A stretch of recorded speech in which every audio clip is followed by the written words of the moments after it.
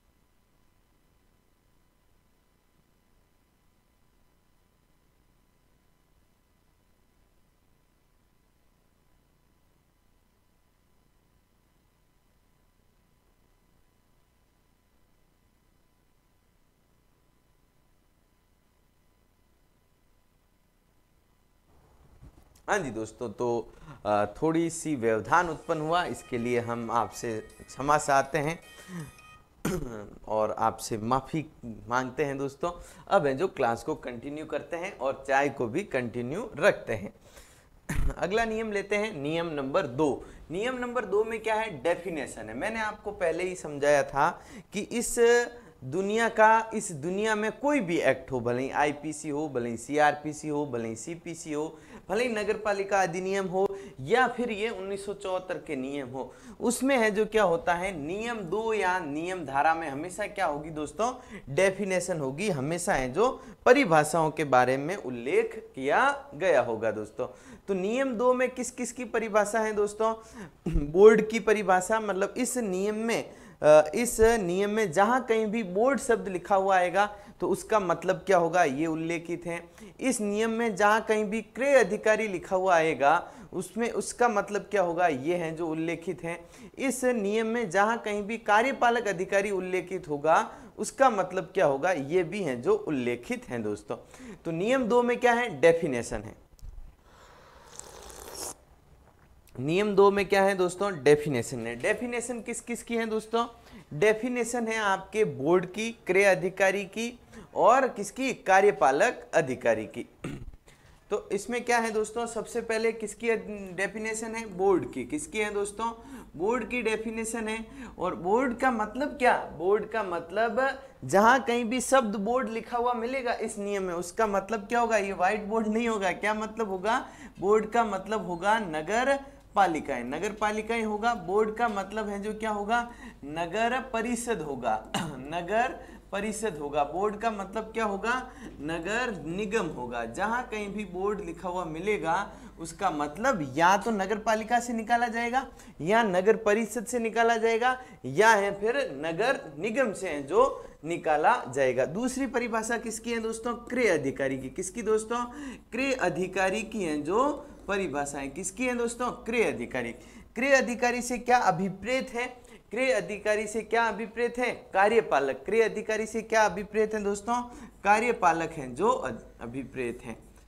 कार्यपालक मतलब एग्जीक्यूटिव, मतलब जो एग्जीक्यूटिव अधिकारी होगा उसका है जो, उसे क्या कहा गया है इस नियम में, क्रय अधिकारी। जहां कहीं भी क्रय अधिकारी लिखा हुआ मिले तो उसका मतलब अपन को क्या समझना है कि कार्यपालक अधिकारी के बारे में बात कही गई है। कार्यपालक अधिकारी के बारे में बात कही गई है, मतलब ईओ के बारे में बात कही गई है। अब फिर से किसकी है पर डेफिनेशन, ये है। अब कार्यपालक अधिकारी की बात कर ली इसने यहाँ पे, कार्यपालक अधिकारी। जहां कहीं भी इस अधिनियम में कार्यपालक अधिकारी लिखा हुआ मिले तो उसका मतलब क्या होगा, नियम नंबर 2 में कहा गया है इसका मतलब क्या होगा, नगर परिषद के आयुक्त से होगा। इसका मतलब किससे होगा, कार्यपालक अधिकारी मतलब नगर परिषद का, नगर परिषद का आयुक्त, नगर परिषद के आयुक्त से है जो उसका मतलब होगा दोस्तों, नगर परिषद का आयुक्त। तो डेफिनेशन क्लियर होती है दोस्तों, कौन से सेक्शन, कौन से नियम में थी, कौन से रूल में थी, नियम रूल नंबर 2 में किस किस की थी, बोर्ड की। बोर्ड का मतलब क्या है, नगर पालिका, नगर परिषद या फिर नगर निगम। क्रय अधिकारी की, क्रय अधिकारी से मतलब क्या है, कार्यपालक अधिकारी। कार्यपालक अधिकारी की, कार्यपालक अधिकारी से मतलब क्या है, नगर परिषद का आयुक्त। अब अगला नियम लेते हैं दोस्तों। अगला नियम है नियम नंबर 3, निविदा द्वारा सामान का क्रय और कार्य का निष्पादन आदि। निविदा द्वारा मतलब, निविदा का मतलब क्या होता है, टेंडर जारी करना, मतलब ठेके द्वारा, टेंडर द्वारा क्या करना, सामान का क्रय करना और कार्यों का निष्पादन करना। एक कौन से सेक्शन में, कौन से नियम में है जो प्रावधान किया गया है, रूल नंबर 3 में है जो ये प्रावधान किया गया है।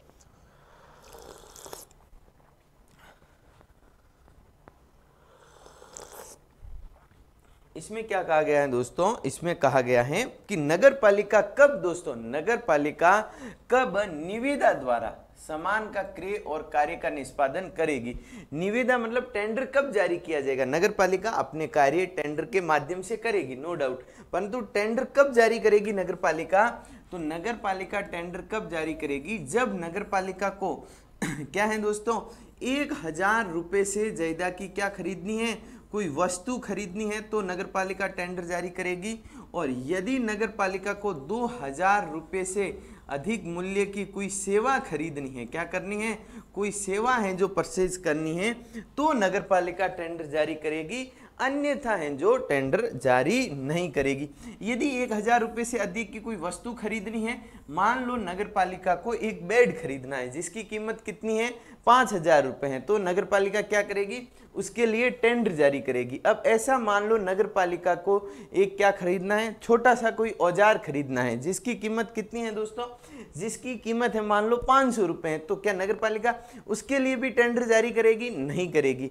टेंडर जारी करने के लिए कम से कम वस्तु की कीमत कितनी होनी चाहिए, 1000 रुपये होनी चाहिए। और सेवा को खरीदने के लिए अब पहली बात तो अपन को ये पता होना चाहिए कि सर्विस यानी कि सेवा में आता क्या है। जैसे नगर पालिका को कोई प्लम्बर, अपन ने पढ़ा था ना, नगर पालिका है जो लाइसेंसधारी प्लम्बर से काम करवाएगी। तो प्लम्बर क्या हो गया, एक स्किल्ड काम हो गया है ना। तो ऐसे किसी भी प्रकार की स्किल्ड व्यक्ति से क्या लेनी है, कोई सेवा लेनी है, और सेवा का, उस सेवा का मूल्य यदि 2000 रुपये से ज़्यादा है तो ही नगर पालिका है जो टेंडर जारी करेगी, अन्यथा है जो टेंडर जारी नहीं करेगी। कौन से नियम में कहा गया है, नियम 3 में कहा गया है। अगला नियम लेते हैं दोस्तों, नियम नंबर 4 का।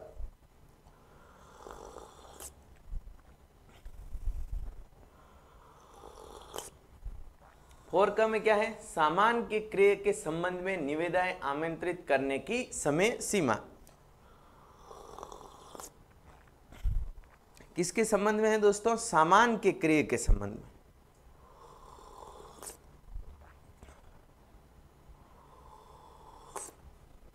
नियम 3 में अपन ने जान लिया कि नगर पालिका क्या करेगी दोस्तों। नियम 3 में अपन ने जाना कि नगर पालिका सामान का क्रय करने हेतु क्या दोस्तों, सामान का क्रय करने हेतु टेंडर जारी करती हैं, मतलब ठेके जारी करती है, मतलब कि निविदा जारी करती हैं। अब जो निविदा जारी करेगी नगर पालिका सामान के क्रय हेतु, क्रय के संबंध में निविदा आमंत्रित करने के लिए समय सीमा, तो 4 में मुख्य रूप से क्या है, समय सीमा का है जो उल्लेख किया गया है। मतलब कितने समय का, कितने मूल्य का टेंडर है जो किस समय में निपटा दिया जाना चाहिए। जैसे 1 लाख तक के मूल्य का कोई टेंडर जारी किया गया है तो उस टेंडर को है जो किस समय अवधि के अंदर पूर्ण कर लिया जाना चाहिए, उस टेंडर को है जो 7 दिन की अवधि के अंदर अंदर पूर्ण कर लिया जाना चाहिए। ऐसे प्रावधान कौन से नियम में है, नियम 4 में। इसमें कहा गया है कि यदि कोई ऐसा टेंडर जारी किया गया जिसकी कीमत कितनी है, 1 लाख रुपए तक की है, तो उसे 7 दिन में पूरा करना है। और यदि कोई ऐसा टेंडर जारी किया जिसकी कीमत 1 लाख से 10 लाख तक है तो उसे 10 दिन में पूरा करना है। यदि किसी टेंडर की कीमत 10 लाख से कितनी दोस्तों, 10 लाख से 1 करोड़ तक की है तो उसे है जो 15 दिन में पूरा करना है। और यदि किसी टेंडर की कीमत दोस्तों 1 करोड़ से अधिक है, 1 करोड़ से अधिक है तो उसे है जो 30 दिन में पूर्ण कर लिया जाना चाहिए। ये है जो समय सीमा कहाँ पे उल्लेखित है, नियम 4 में है। एग्जाम की दृष्टि से इंपॉर्टेंट है, पूछी जा सकते हैं, तो नोट लगा के लिख लीजिए दोस्तों। 1 लाख, क्या दोस्तों, 1 लाख, 1 लाख तक का कोई टेंडर है तो उसे कितने दिन में निपटाना होगा, 7 दिन में निपटाना होगा। यदि कोई टेंडर की कीमत 1 लाख से ज्यादा है, 1 लाख से कितनी है दोस्तों, 10 लाख तक है, कितनी है दोस्तों, 1 लाख से 10 लाख है तो उसे 10 दिन में निपटाना है। कितने दिन में निपटाना है, 10 दिन में, 10 ऐसे याद रख सकते हो, 10 लाख 10 दिन में निपटाना है। और यदि किसी टेंडर की कीमत दोस्तों 10 लाख से क्या है दोस्तों, 10 लाख से कितनी है, 10 लाख से है जो 100 लाख तक है, कितनी है दोस्तों, 10 लाख से 100 लाख तक है, मतलब 1 करोड़ तक है, तो उसे कितने दिन में निपटाना है, 15 दिन में निपटाना है। और यदि किसी टेंडर की कीमत कितनी है दोस्तों, 100 लाख से भी ज्यादा है, काफी महंगा टेंडर है, तो उसे कितने दिन में निपटाना है दोस्तों, 30 दिन में है जो निपटाना होगा। कितने दिन में, 30 दिन में, 30 दिन में है जो उसे पूर्ण कर लेना होगा। समय सीमा का उल्लेख कहाँ पे है दोस्तों, नियम नंबर 4 में है। और समय सीमा का प्रावधान कैसे है, कुछ इस तरीके से है, याद रखना, एग्जाम में यहाँ से प्रश्न पूछा जा सकता है दोस्तों। अब अगला नियम लेते हैं दोस्तों। अगला नियम कौन सा हो गया, नियम 5 हो गया, अपर्याप्त निविदा की स्थिति में प्रक्रिया। अपर्याप्त निविदा की स्थिति में प्रक्रिया, इसमें यह है कि नगर पालिका ने किसी कार्य को करवाने हेतु टेंडर जारी किया, कौन से नियम के तहत, नियम नंबर 3 के तहत नगर पालिका ने टेंडर जारी किया। और टेंडर में किसी का क्या हुआ, किसी का है जो टेंडर को किसी ने भरा ही नहीं, मतलब किसी भी फर्म ने उस टेंडर में इंटरेस्ट ही जारी नहीं किया। तो इस स्थिति में क्या होगा, इस स्थिति में क्या काम होगा, एक ही काम होगा, नए सिरे से टेंडर जारी होगा। यदि अपर्याप्त निविदाएं प्राप्त हुई हैं तो नए सिरे से टेंडर जारी होगा, नए सिरे से निविदा जारी होगी। कौन से सेक्शन में कहा गया है दोस्तों, कौन से नियम में कहा गया है, नियम नंबर 5 में कहा गया है कि यदि नगर पालिका द्वारा कोई टेंडर निकाला गया और उस टेंडर को भरने के लिए किसी भी फर्म ने इंटरेस्ट नहीं दिखाया तो नगर पालिका नए सिरे से हैं जो टेंडर जारी करेगी। दोस्तों अगला सेक्शन, अगला नियम देखते हैं, निविदा प्राप्त करने की प्रक्रिया। निविदा प्राप्त करने की प्रक्रिया है जो क्या होगी, इसके बारे में है जो बात कहाँ पे की गई है, नियम नंबर 6 में की गई है। यहाँ से भी प्रश्न आने की संभावना है, स्टार लगा लीजिए दोस्तों। इसमें क्या है दोस्तों, निविदा जो टेंडर जारी किए जाएंगे उन टेंडरों जारी करने के बाद फर्मों को आमंत्रित करने की क्या क्या प्रक्रिया होगी, इस बारे में है जो प्रावधान किए गए हैं। तो फर्मों को आमंत्रित 3 तरीके से किया जाएगा। कितने तरीके से किया जाएगा दोस्तों, 3 तरीके से किया जाएगा। खुली निविदा मतलब विज्ञापन द्वारा है जो एक समाचार पत्र में डायरेक्ट विज्ञापन दे दिया, सभी को है जो आमंत्रित कर दिया, इसे तो कहा जाएगा खुली निविदा है। दूसरी है सीमित निविदा, मतलब विज्ञापन नहीं जारी किया टेंडर का, क्या किया, सीमित संख्या में जो फर्म है उनको मेल के थ्रू या अन्य किसी डाक मैसेज के थ्रू या अन्य किसी भी मैसेज के थ्रू क्या कर दिया, सीमित संख्या में फर्मों को है जो आमंत्रित किया, तो वो क्या होगी दोस्तों, वो क्या कहलाएगी, सीमित निविदाएं कहलाएगी। और यदि नगर पालिका क्या करती है, किसी टेंडर के संदर्भ में सिर्फ एक फर्म को ही है जो क्या करती है, निमंत्रण देती है, तो उसे है जो क्या कहा जाएगा, एकल निविदा है जो कहा जाएगा। तो नोट करते हैं तीनों निविदा की प्रक्रिया को। तो निविदा प्राप्त करने की प्रक्रिया में 3 प्रकार की प्रक्रिया है। पहली क्या है, खुली निविदा। क्या दोस्तों, खुली निविदा। खुली निविदा में क्या कहा गया है दोस्तों, खुली निविदा में कहा गया है कि जब भी निविदा विज्ञापन द्वारा, कैसे दोस्तों, विज्ञापन द्वारा जारी की जाए, विज्ञापन द्वारा जारी हो, मतलब सभी को जारी हो, सभी फर्म को आमंत्रित किया जाए। खुली निविदा में क्या, सभी फर्म है जो इस टेंडर को भर सकती हैं। और खुली निविदा कब जारी की जाएगी, जब उस टेंडर का मूल्य कम से कम कितना हो, 5,000 रुपये से अधिक हो। 5,000 रुपये से कम मूल्य है तो खुली निविदा जारी नहीं की जाएगी। अब दूसरा क्या है, दूसरा है सीमित निविदा। सीमित निविदा कैसे जारी होगी दोस्तों, सीमित निविदा कैसे जारी होगी दोस्तों, सीमित निविदा है जो कैसे जारी होगी, सीमित निविदा दोस्तों सीमित संख्या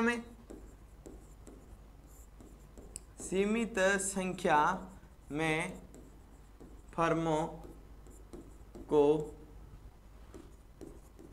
निमंत्रण, मतलब विज्ञापन जारी नहीं किया, सीमित संख्या में फर्म को है जो मेल भेज दिया कि हमारे नगर पालिका में ये टेंडर जारी किया गया है, आप उस टेंडर को भर सकते हो और ऐसा कार्य कर सकते हो। तो सीमित संख्या में निविदा क्या होगी, सीमित संख्या में फर्मों को है जो निमंत्रण दिया जाएगा। और सीमित संख्या में फर्मों को निमंत्रण कब दिया जाएगा, जब निविदा का मूल्य कितना हो दोस्तों, 10,000 से कम हो। कितना हो दोस्तों, 10,000 से कम हो, तभी है जो सीमित निविदा जारी की जाएगी। यदि किसी टेंडर का मूल्य 10,000 से अधिक हो तो वहां है जो सीमित निविदा जारी नहीं की जाएगी, वहां कौन सी की जा सकती है, खुली निविदा जारी की जा सकती है। अगली है एकल निविदा।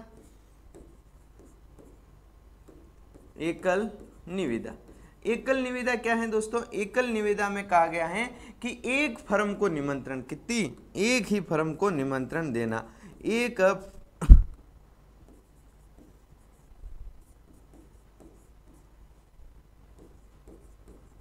एक फर्म को निमंत्रण देना क्या कहलाएगा, एकल निविदा कहलाएगा। और एकल निविदा है जो कहाँ जारी की जाएगी, जहां है जो टेंडर का मूल्य कम से कम कितना हो, 1,000 से अधिक हो। कितना हो दोस्तों, 1,000 से अधिक हो, वह है जो एकल निविदा है जो जारी की जा सकती हैं। तो तीनों निविदा की प्रक्रिया और ये समझ गए अपन। नियम नंबर 6 समझ गए अपन। अगला नियम समझते हैं, कौन सा नियम, नियम नंबर 7। नियम नंबर 7 क्या है, काली सूची, ब्लैक लिस्टेड है ना। ब्लैक लिस्टेड मतलब क्या हो गया, नगर पालिका द्वारा टेंडर जारी किया गया, किसी फर्म को है जो टेंडर दिया गया और उस फर्म से है जो माल खरीदना था, सामान वगैरह क्रय करना था, परंतु जिस फर्म ने टेंडर को जीता और जो फर्म उस टेंडर पे वर्क कर रही थी, उसने माल देने में क्या कर दिया, यदि भ्रष्ट आचरण कर दिया। कैसा आचरण कर दिया दोस्तों, भ्रष्ट आचरण कर दिया, तो भ्रष्ट आचरण करने वाली फर्म को क्या कर दिया जाएगा, ब्लैक लिस्टेड है जो कर दिया जाएगा। कौन से नियम के तहत, नियम नंबर 7 के तहत। अब ब्लैक लिस्टेड कोई फर्म हो जाएगी दोस्तों, तो आगे से उस ब्लैक लिस्टेड फर्म पे क्या प्रभाव क्या रहेगा, प्रभाव ये रहेगा कि आगे से है जो कोई निविदा जारी नहीं होगी, उसे कोई निविदा में है जो उसे टेंडर भरने का, निविदा भरने का अधिकार नहीं होगा। तो किसी भी फर्म को ब्लैक लिस्टेड कब किया जाएगा, जब वो माल की पूर्ति करने में या फिर माल को संदाय करने में क्या करता है, कोई भ्रष्ट आचरण है जो कर लिया जाता है। नियम नंबर 7 कंप्लीट होता है। अगला नियम लेते हैं, नियम नंबर 8, नमूनों के अनुरूप प्रदाय। नमूनों के अनुरूप है जो प्रदाय, इसका मतलब क्या हो गया कि नगर पालिका ने क्या किया दोस्तों, नगर पालिका को क्या करना है, नगर पालिका को ऐसा मानते हैं कि क्या खरीदना है, नगर पालिका को 1000 चेयर खरीदने, ऐसा मान लेते हैं 1000 क्या करनी है, नगर पालिका को चेयर खरीदनी है, कुर्सी वगैरह खरीदनी है नगर पालिका को।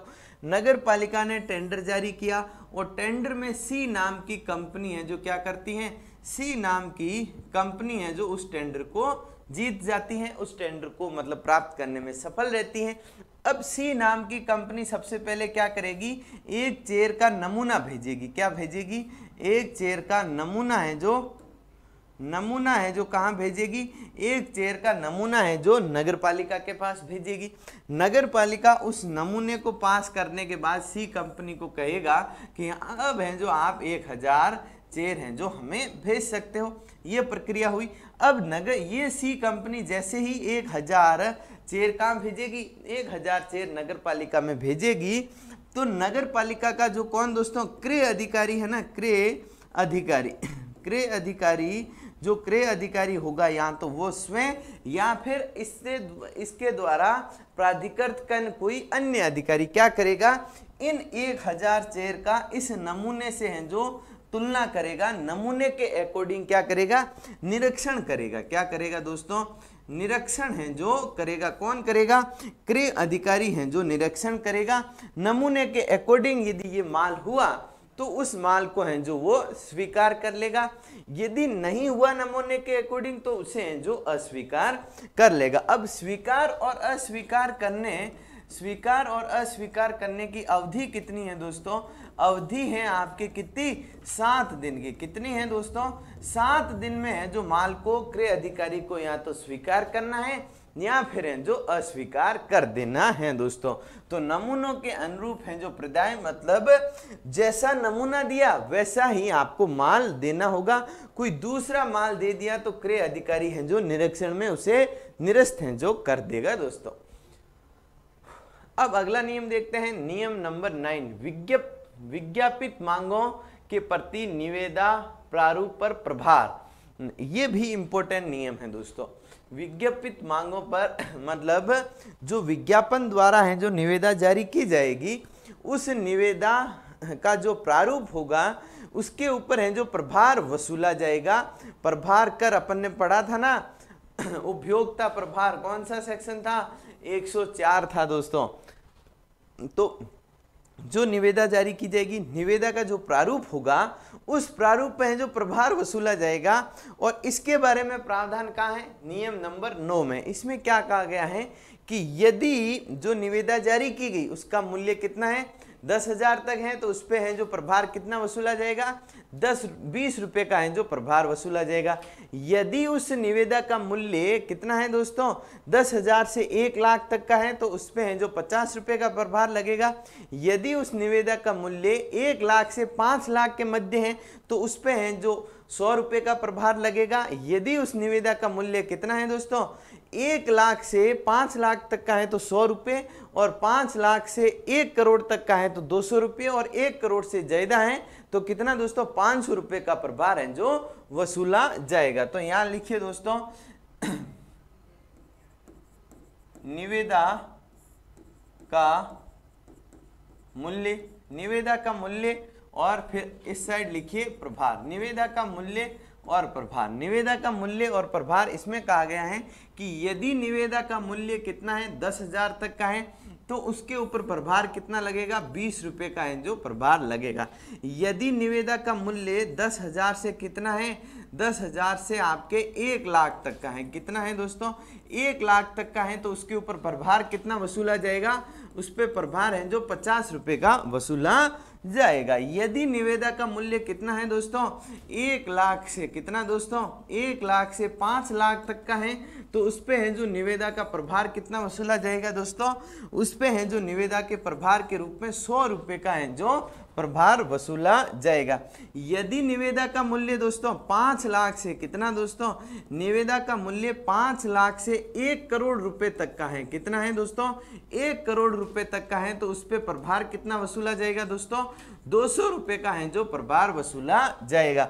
यदि निविदा का मूल्य 1 करोड़ से अधिक है, कितना है दोस्तों, 1 करोड़ से प्लस है, तो उसके ऊपर है जो प्रभार कितना वसूला जाएगा दोस्तों, उसके ऊपर प्रभार है जो आपके वसूला जाएगा 500 रुपये का, कितना दोस्तों, 500 रुपये का है जो प्रभार वसूला जाएगा। इंपॉर्टेंट स्लाइड है, पीडीएफ को सेव करके रखना और याद कर लेना, एग्जाम से है जो प्रश्न यहीं से पूछा जाएगा दोस्तों। अब अगला नियम लेते हैं, नियम नंबर 10, लोक निर्माण कार्य निविदाएं आमंत्रित करने की समय सीमा। लोक निर्माण कार्यों के संदर्भ में पहले अपन ने क्या पढ़ा था दोस्तों, नियम 6 पढ़ा था। कौन सा नियम, नियम 6 है जो पढ़ा था, इसी संदर्भ में अपन ने क्या पढ़ी थी, समय सीमा है जो पढ़ी थी। तो वो नियम नंबर 6 में जो समय सीमा है वही है जो समय सीमा किस में है, वही है जो समय सीमा आपके कहाँ पे है, नियम नंबर 10 में है। नियम नंबर 6 में जो समय सीमा थी वो किससे संबंधित थी, समान के क्रय से संबंधित थी। किससे थी दोस्तों, समान के क्रय से संबंधित थी। और नियम नंबर 10 है ना, एक सेकंड, नियम नंबर सॉरी मैं क्या कह रहा हूँ, नियम नंबर 4 था, है ना, 4 का। तो ये तो किससे संबंधित थी, सामान के क्रय से संबंधित थी। किससे संबंधित थी, सामान के क्रय से संबंधित थी। और नियम नंबर 10 में जो समय सीमा का उल्लेख किया गया है, नियम नंबर 10 में जो समय सीमा का उल्लेख है वो लोक निर्माण के कार्यों से संबंधित है। किससे संबंधित है दोस्तों, लोक निर्माण के कार्यों से हैं जो संबंधित है। नियम नंबर 10 में जो समय सीमा उल्लेख की गई है वो लोक निर्माण के कार्यों से संबंधित है। दोबारा से समझ लेते हैं, समय सीमा से संबंधित 2 नियम हैं। कितने हैं, 2 नियम हैं। पहला नियम कौन सा हो गया, समय सीमा से संबंधित अपने नियम हो गया 4 का। 4 क में भी क्या है, समय सीमा है। किसकी समय सीमा है, निविदा को कंप्लीट करने की समय सीमा है। 4 क में जो समय सीमा है वो किसकी है दोस्तों, सामान के क्रय करने से संबंधित है। सामान के क्रय से संबंधित समय सीमा नियम 4 क में है। और नियम 10 में किससे संबंधित समय सीमा है, लोक निर्माण से संबंधित है जो समय सीमा है। समय सीमा वो सामान्य है, जैसी 4 क में अवधि दे रखी थी वही अवधि है जो नियम 10 में दे रखी है। 4 क में क्या था दोस्तों, 4 क में क्या था कि यदि क्या दोस्तों, यदि है जो निविदा का मूल्य कितना है, 1 लाख तक है तो 7 दिन में निपटाना है। यदि निविदा का मूल्य कितना है दोस्तों, 1 लाख से 10 लाख तक का है तो 10 दिन में निपटाना है। निविदा का मूल्य 10 लाख से कितना है, 1 करोड़ तक का है तो 15 दिन में निपटाना है। और 1 करोड़ से अधिक है तो 30 दिन में है जो उसे निपटाना है। यही नियम 4 क में देखा था, यही समय सीमा है जो नियम 4 क में है और यही समय सीमा है जो नियम 10 में है। एक बार फिर से लिख लेते हैं दोस्तों, यदि निविदा का मूल्य 1 लाख है तो 7 दिन में है जो उस निविदा को निपटाना होगा। यदि निविदा का मूल्य कितना है दोस्तों, 1 लाख से 10 लाख तक का है, कितना है, 10 लाख तक का है तो 10 के लिए अपन ने पढ़ा था 10 दिन, 10 लाख के लिए कितना है, 10 दिन है। यदि निविदा का मूल्य 10 लाख से ज्यादा और कितना है, 1 करोड़ तक है, कितना है, 10 लाख से तो ज्यादा है परंतु 1 करोड़ से कम है या ठीक 1 करोड़ है तो उसे जो 15 दिन में निपटा लिया जाना चाहिए। और यदि उस निविदा का मूल्य, कैसी निविदा, निर्माण, लोक निर्माण से संबंधित कार्यों से संबंधित, उस निविदा का मूल्य 1 करोड़ से ज्यादा है, क्या है दोस्तों, 1 करोड़ से ज्यादा है तो है जो उसे कितने दिन में निपटाना होगा, 30 दिन में जो निपटाना होगा। ठीक है ना दोस्तों, समझ गए होंगे आप। अगला बढ़ते हैं, अगला नियम लेते हैं, नियम नंबर 11। कार्यों के निष्पादन हेतु लागत का निर्धारण व प्रचार का ढंग। कार्यों के निष्पादन हेतु लागत का निर्धारण, कोई भी, जैसे नगर पालिका को क्या करना है नगर पालिका को कोई भवन बनाना है, नगर पालिका को कोई भवन बनाना है, तो नगर पालिका पहले भवन बनाने से पहले क्या करेगी, पहले है जो इस भवन को बनाने में खर्चा कितना आएगा ये निर्धारित करेगी, मतलब क्या करेगी, लागत का निर्धारण करेगी। सबसे पहले नगर पालिका को जो भी कार्य करना है, जैसे अपन ने एग्जांपल लिया कि भवन बनाना है, तो नगर पालिका क्या करेगी, सबसे पहले है जो लागत का निर्धारण करेगी, फिर क्या करेगी, लागत के निर्धारण के बाद है जो निविदा जारी करेगी, और निविदा को कैसे जारी किया जाएगा, उस निविदा का है जो प्रचार कैसे किया जाएगा, ये सारे उल्लेख है, ये सारे उपबंध हैं जो कहाँ उल्लेखित है, सेक्शन 11 में उल्लेखित हैं। सबसे पहले देखते हैं लागत का निर्धारण कैसे किया जाएगा। तो लागत का निर्धारण करेगा कौन, क्रय अधिकारी करेगा। कौन करेगा दोस्तों, क्रय अधिकारी। क्रय अधिकारी का मतलब क्या है, कार्यपालक अधिकारी, मतलब ईओ साहब करेंगे लागत का निर्धारण। लागत का निर्धारण करते वक्त ईओ साहब विचार किससे लेंगे, बात है जो किससे करेंगे दोस्तों, सार्वजनिक निर्माण विभाग से बात की जाएगी। किससे दोस्तों, सार्वजनिक निर्माण विभाग। सार्वजनिक निर्माण विभाग, सार्वजनिक निर्माण विभाग में क्या होता है दोस्तों, सार्वजनिक निर्माण विभाग में एक अनुसूची दी होती है, अनुसूची। उस अनुसूची में क्या होता है दोस्तों, अलग अलग कार्यों को करने में कितना कितना खर्च आएगा वो सारा है जो इस अनुसूची में उल्लेखित होगा। तो सबसे पहले क्या किया जाएगा, क्रय अधिकारी सार्वजनिक विभाग निर्माण की जो अनुसूची है उसमें है जो देखेगा कि ये जो हम भवन बना रहे हैं उनकी लागत लगभग कितनी आ सकती है। इसके अलावा और क्या करेगा कि इस कार्य को भवन निर्माण करने वाला जो कोई ठेकेदार है,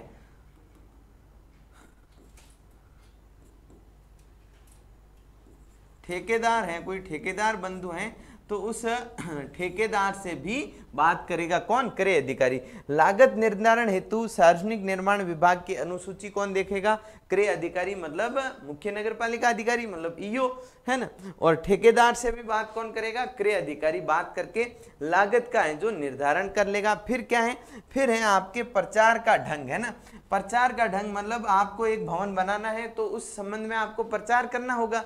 निविदा जारी करोगे तो निविदा आमंत्रित करने हेतु लोगों को पता भी तो लगना चाहिए कि है जो नगर पालिका द्वारा क्या किया जा रहा है, कोई भवन वगैरह का निर्माण करवाया जा रहा है। तो इस संबंध में है जो प्रचार कैसे किया जाएगा, यदि क्या दोस्तों उस कार्य का मूल्य है जो 20,000 तक है तो है जो क्या किया जाएगा, तो किसी स्थानीय समाचार पत्र में है जो उसका विज्ञापन दिया जाएगा। यदि उस कार्य का मूल्य 20,000 से 10 लाख तक का है, कितना दोस्तों, 20,000 से 10 लाख तक का है, तो राज्य स्तरीय समाचार पत्र में है जो उसका विज्ञापन जारी किया जाएगा। और यदि उस कार्य की कीमत, उस कार्य में आने वाले खर्च की कीमत 10 लाख से अधिक है तो एक विज्ञापन तो राज्य स्तरीय समाचार पत्र में दिया जाएगा और एक विज्ञापन है जो राष्ट्रीय स्तरीय समाचार पत्र में दिया जाएगा दोस्तों। तो क्या है आपके प्रचार का ढंग किस प्रकार से होगा दोस्तों, प्रचार का ढंग, प्रचार का ढंग किस प्रकार से होगा दोस्तों, प्रसार का ढंग है जो इस प्रकार से होगा कि यदि जो कार्य है उसका मूल्य कितना है दोस्तों, 20,000 तक है, कितना है, यदि उस कार्य का मूल्य 20,000 तक है तो प्रचार कहाँ पे होगा दोस्तों, प्रचार कहाँ पे होगा, विज्ञापन है जो कहाँ जारी किया जाएगा, विज्ञापन कहाँ जारी किया जाएगा दोस्तों, विज्ञापन है जो कहाँ जारी किया जाएगा, विज्ञापन है जो आपके जारी कहाँ किया जाएगा, स्थानीय अखबार में है जो जारी किया जाएगा।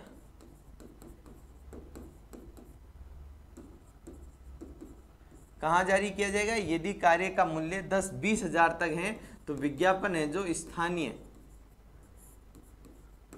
पत्र में है जो जारी किया जाएगा। यदि कार्य का मूल्य कितना है दोस्तों, यदि कार्य का मूल्य 20,000 से तो ज्यादा है परंतु कहाँ तक है, 20,000 से ज़्यादा हैं और कहाँ तक हैं दोस्तों 10 लाख तक हैं। कहाँ तक हैं दोस्तों, यदि उस कार्य में आने वाली लागत 20,000 से ज़्यादा और 10 लाख तक हैं तो विज्ञापन कहाँ जारी किया जाएगा, राजस्थान पत्रिका में जारी किया जाएगा। मतलब राज्य स्तरीय पत्र में, कौन से पत्र में,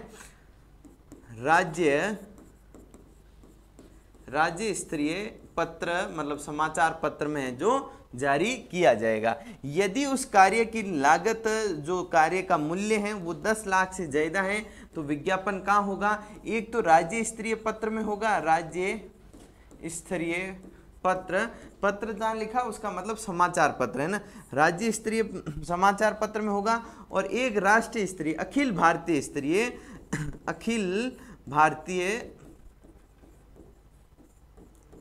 स्तर के पत्र में है जो विज्ञापन जारी किया जाएगा। तो ये क्या था दोस्तों, ये था कि नगर पालिका द्वारा कोई कार्य किया जाता है, नगर पालिका द्वारा कोई कार्य करवाया जाता है तो उस कार्य में आने वाली लागत का निर्धारण कैसे होगा, और लागत का निर्धारण होने के बाद जो विज्ञापन जारी किया जाएगा, मतलब उस कार्य का जो प्रचार किया जाएगा उसका ढंग है जो क्या होगा दोस्तों, 20,000 तक की लागत है तो स्थानीय समाचार पत्र में विज्ञापन दिया जाएगा। यदि उस कार्य की लागत 20,000 से 10 लाख तक की है तो राज्य स्तरीय पत्र में विज्ञापन दिया जाएगा, और यदि उस कार्य की लागत 10 लाख से भी ज्यादा है तो कहाँ है जो विज्ञापन दिया जाएगा, आपके विज्ञापन एक तो राज्य स्तरीय पत्र में दिया जाएगा और एक विज्ञापन कहाँ दिया जाएगा, राष्ट्रीय स्तरीय समाचार पत्र में है जो विज्ञापन दिया जाएगा। और ये सारे विज्ञापन दोस्तों देने से पहले अनुमोदन किसकी जरूरत होगी, अनुमोदन का जरूरत होगा आपके राज्य सरकार का, राज्य सरकार के अनुमोदन पर ही ये सभी हैं जो विज्ञापन दिए जाएंगे। मतलब कौन सा समाचार पत्र में विज्ञापन देना है इसका निर्धारण कौन करेगी, राज्य सरकार है जो करेगी। दोस्तों अगला नियम देखते हैं, अगला नियम कौन सा है, नियम है आपके नियम नंबर कौन सा हो गया 12, अग्रिम धन।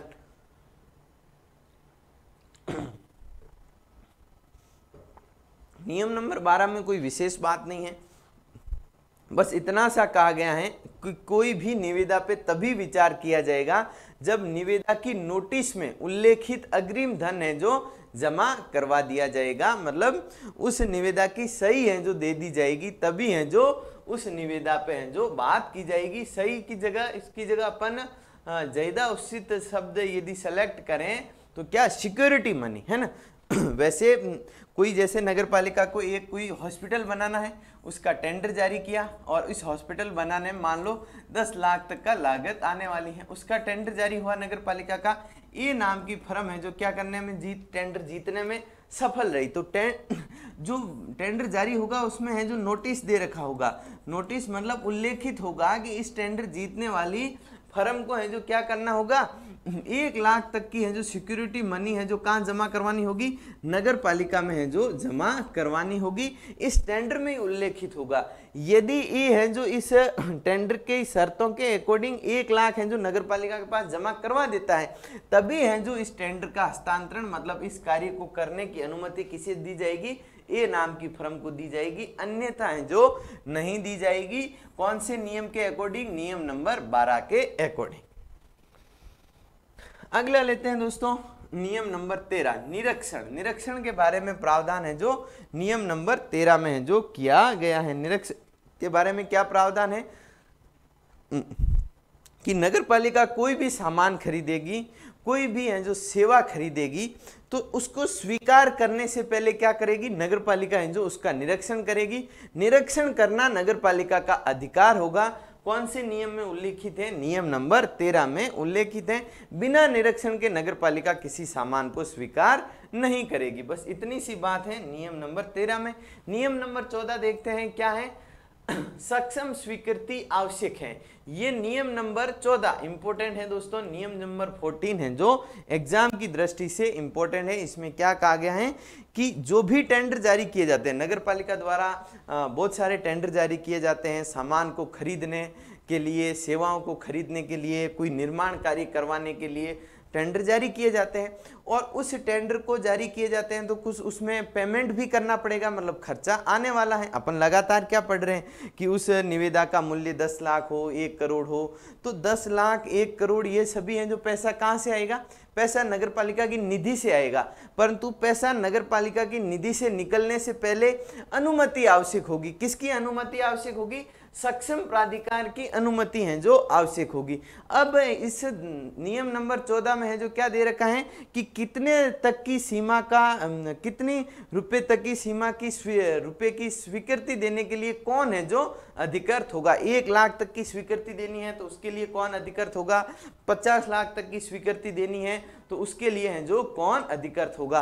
और नियम नंबर 14 में क्या किया गया है दोस्तों, नगर निगम के बारे में अलग प्रावधान दिए गए हैं, नगर पालिका के बारे में अलग प्रावधान है, नगर परिषद के बारे में जो अलग अलग प्रावधान है। अपन एक एक को समझेंगे। सबसे पहले लेते हैं नगर निगम को। नगर निगम के संदर्भ में क्या कहा गया है कि यदि निविदा का मूल्य 25 लाख है तो वित्तीय स्वीकृति कौन देगा। यदि निविदा का मूल्य 25 लाख है, मतलब 25 लाख रुपए तक की वित्तीय स्वीकृति देनी है तो कौन देगा, अतिरिक्त आयुक्त देगा। कौन देगा दोस्तों, एडिशनल है जो आयुक्त होगा वो है जो वित्तीय स्वीकृति देगा। यदि स्वीकृति 25 लाख से अधिक परंतु कितनी है, 100 लाख तक है तो है जो कौन स्वीकृति देगा, आयुक्त देगा। आयुक्त कौन होता है दोस्तों, मुख्य नगरपालिका अधिकारी होता है आयुक्त, है ना। इस एक्ट नगर पालिका अधिनियम 2009 की कौन सी धारा, 9 की धारा 2 में कहा गया है कि जहां कहीं भी मुख्य नगरपालिका अधिकारी लिखा हुआ मिले इस एक्ट के अंदर, उस से अपन को क्या समझना है, उससे समझना है कि नगर पालिका के संदर्भ में तो कौन दोस्तों, ईओ कार्यपालक अधिकारी, और नगर निगम और किसके संदर्भ में, नगर निगम और नगर परिषद के संदर्भ में। नगर परिषद के संदर्भ में मुख्य नगरपालिका अधिकारी से क्या मतलब होगा, आयुक्त हैं जो मतलब होगा, आयुक्त से हैं जो मतलब होगा। तो इसमें कहा गया है कि यदि वित्तीय स्वीकृति कितनी देनी है दोस्तों, 10 लाख तक की देनी है तो आयुक्त देगा, और 25 लाख तक की देनी है तो कौन देगा, अतिरिक्त आयुक्त देगा। यदि वित्तीय स्वीकृति 200 लाख तक की है तो कौन देगा, नगर निगम के संदर्भ में महापौर देगा। और यदि वित्तीय स्वीकृति 500 लाख से अधिक है, कितनी है दोस्तों, 500 लाख से अधिक है तो वित्तीय समिति है जो स्वीकृति देगी। वित्तीय समिति के बारे में अपन ने पढ़ा था कौन से सेक्शन में, सेक्शन याद रखना दोस्तों 55, जो कार्यपालक समिति और अन्य समितियों के बारे में था। और अन्य समिति में अपन ने एक वित्तीय समिति भी पढ़ी थी। और अब यहाँ पे क्या लिखा गया है, यदि 500 लाख से अधिक की वित्तीय स्वीकृति देनी हो तो कौन देगी, वित्त समिति है जो वित्तीय स्वीकृति देगी। 500 लाख तक है जो वित्तीय समिति देंगी और 500 लाख से अधिक है तो निगम है जो इसकी स्वीकृति देगा। दोस्तों एक बार है जो नगर निगम के संदर्भ में प्रावधान को क्या करते हैं, नोट डाउन है जो करते हैं। सबसे पहले क्या है दोस्तों सबसे पहले है 25 लाख। यदि 25 लाख की वित्तीय स्वीकृति देनी है तो कौन देगा, अतिरिक्त आयुक्त देगा। कौन देगा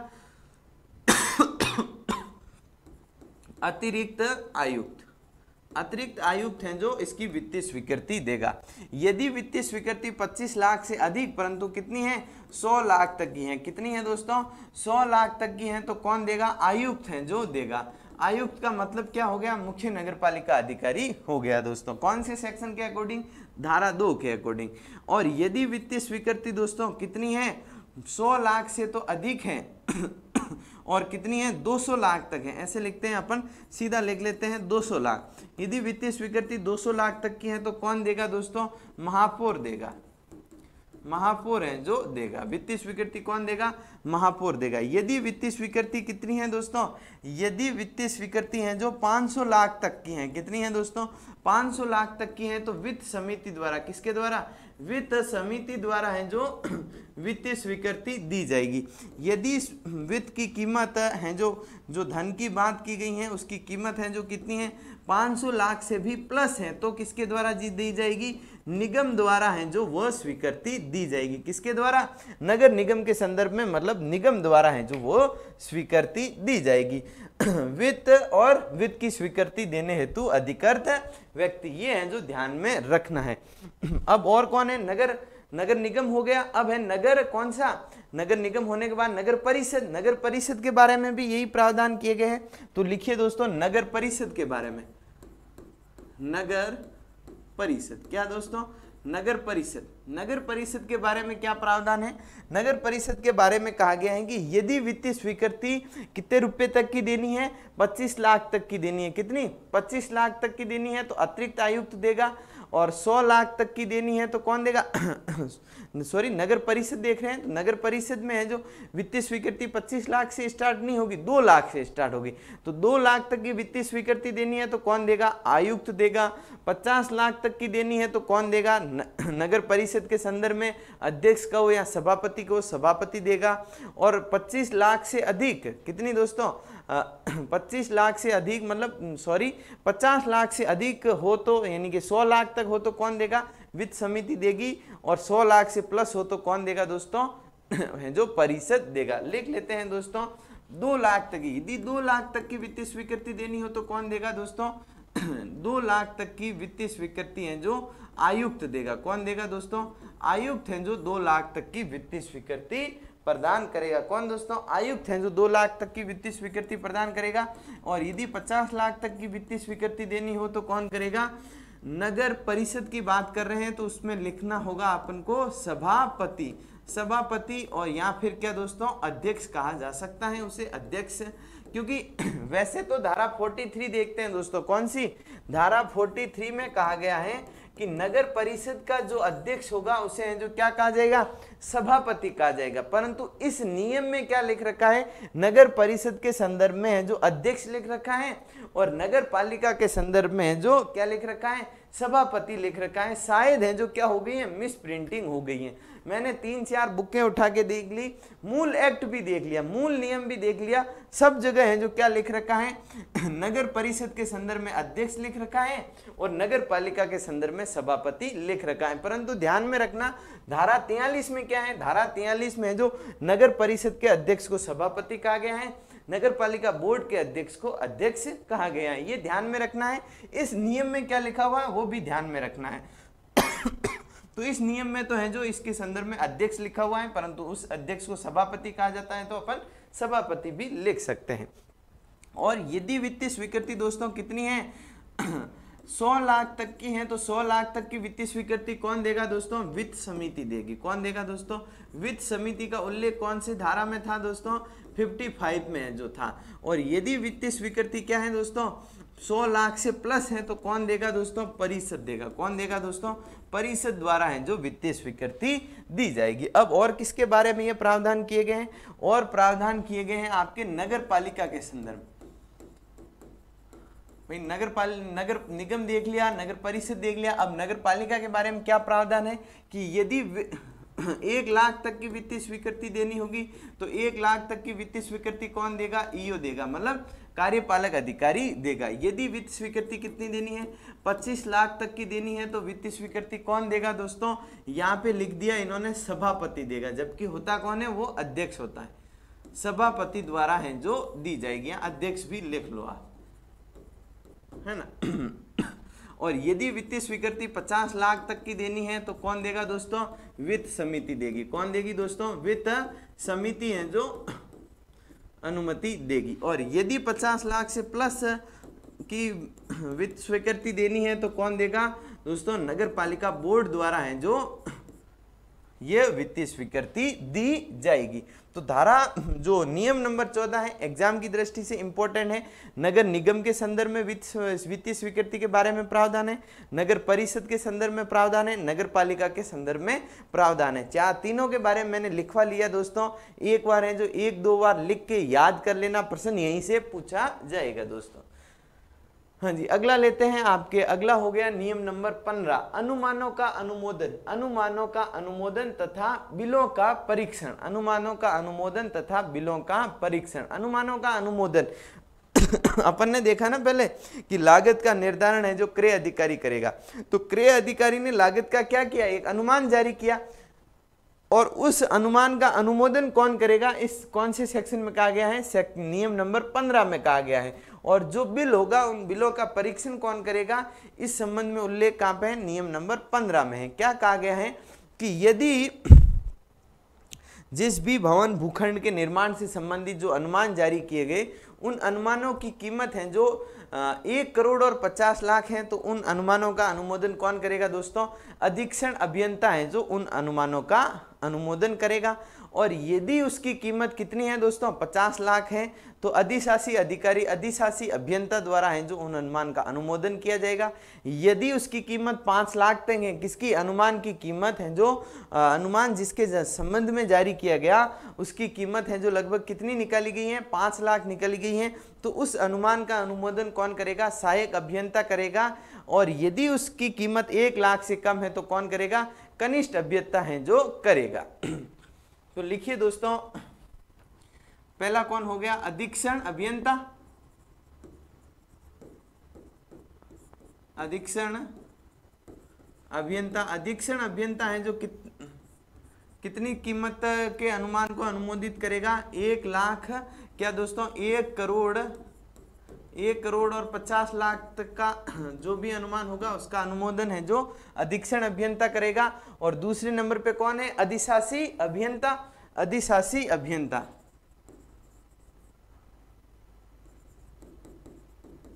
अधिशासी अभियंता, अधिशासी अभियंता है जो किस कीमत तक है जो अनुमोदित करेगा दोस्तों? 50 लाख तक। कितना दोस्तों? 50 लाख तक की कीमत का कोई बिल है तो उसका है बिल है या फिर कोई अनुमान है तो उसका अनुमोदन कौन करेगा? अधिशासी अभियंता करेगा। फिर है आपके सहायक अभियंता।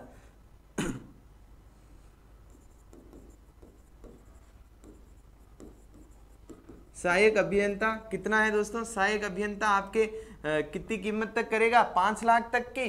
सहायक अभियंता आपके 5 लाख तक की कीमत का है जो अनुमोदन करेगा। कितनी दोस्तों?